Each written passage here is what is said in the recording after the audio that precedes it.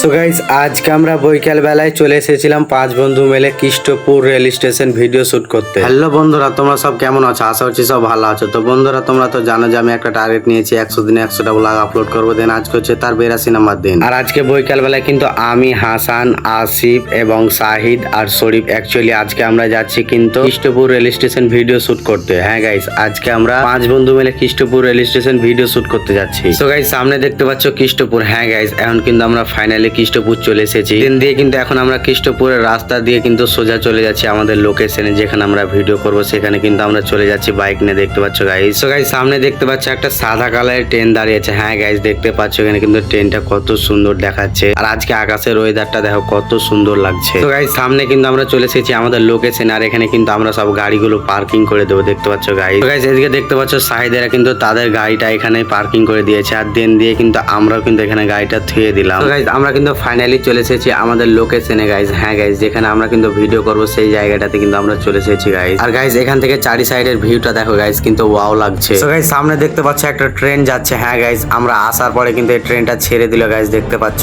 আর ট্রেনটা দেখো গাইস কত দ্রুত ছুটছে। সো গাইস, ফাইনালি দেখতে পাচ্ছ শরীফ কিন্তু সাইডের ভিডিও করে দিচ্ছিল। আর এদিকে কিন্তু হাসান আর আসিফ কিন্তু দেখছিল তার ভিডিও করা। হ্যাঁ গাইস, আর প্রত্যেকবার কিন্তু শরীফ সাহিদের ভিডিও করে দেয়, দিয়ে কিন্তু আমাদের ভিডিও শুট করা কমপ্লিট হয়ে যায়। তারপর কিন্তু আমরা সবাই মিলে যাচ্ছি বাড়ি। এখন তো বন্ধুরা, ভিডিওটা আজকে এ পর্যন্ত। কেমন লাগলো কমেন্টে জানিও। টাটা বাই বাই, দেখা হচ্ছে নেক্সট ভিডিওতে। ভালো থাকো, সুস্থ থাকো।